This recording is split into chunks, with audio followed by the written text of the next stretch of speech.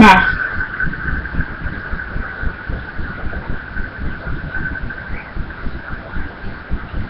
I woke with a start as I heard a loud bang out in the street. I hated noise for 8:30 a.m. I have OCD, so tiny things can set me off. Annoyed, I pulled on my bathrobe and walked out to the front door to see what the commotion was. I stopped to fix a flower that was drooping the wrong side. Immediately, I was assaulted with the world's imperfections. I gave a silent yell as I surveyed my block. It looked like a disaster zone. A house down the street was on fire and people were running out of it, screaming. Overturned trash cans and makeshift sandbag barricades lined the sidewalk. I gave a small and turned on my back heel into my house, locking all 4 bolts on my way in. I checked to make sure all my windows were boarded properly. Everything seemed okay. I moved over to the living room, grabbing the orange juice container and pouring myself a glass before I sat down on the sofa. I flipped on the television, and the hum of the background generator kicked up as the power surge increased. For the 4th day straight, the state's emergency broadcast. Dude, don't. Just say it, because I'm gonna edit that out. Just say it. The state's emergency broadcast system was airing. I sighed and returned to the kitchen to make myself a piece of toast. I was tired of the broadcast. I was hoping they'd be back on schedule for the morning news soon. The governor has issued a state of emergency. This broadcast has been trailed to your area. A short pause. Residents of San Diego and Imperial countries are urged to make their way to Red Cross centers in San Diego and El Centro.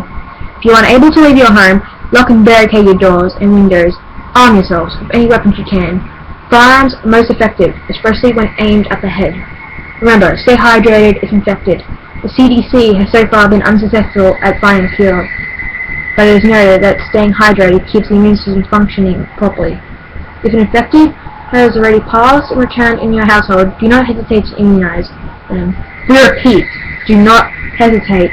Remember, the Red Cross has centers in San Diego and El Centro. The military has camps throughout the state.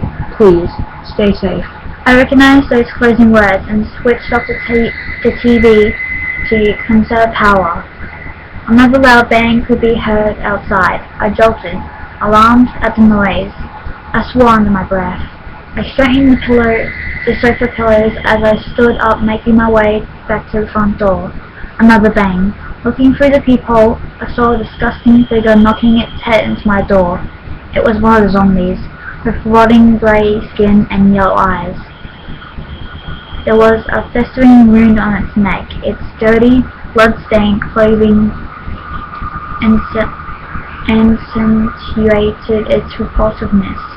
Horrified, I stepped back. I had only seen the zombies on the television, never in real life. I wasn't sure what to do. Suddenly, I heard a gunshot roar across the street, ripping into the zombie's skull.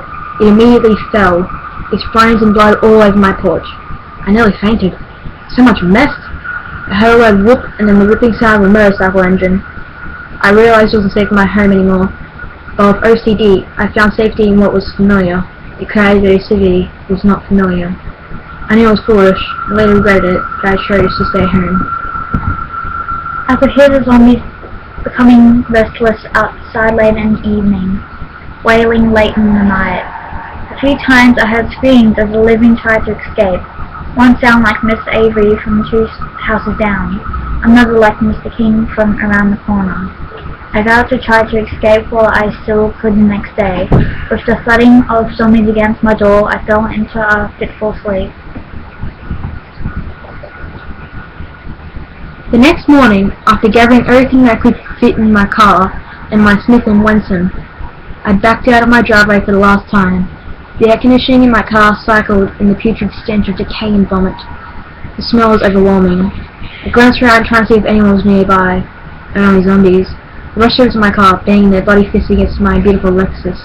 Once mere inches on my window, I gave a small yelp and flooded the gas pedal to get away. Minutes later, I was driving down the freeway. Overturned cars littered the road, with a few struggling bodies trapped in the wreckage. I hoped that those struggling were the undead. Past the hospital with a large crude banner reading, "No help here, try mercy," written in black paint. I shuddered at the thought of hospital patients trapped in their beds as Yonder came limping down the hallway. I was amazed that everything had gone to ruin so quickly. Pent up inside of my perfect house, I had no idea what the rest of humanity was facing out in the world.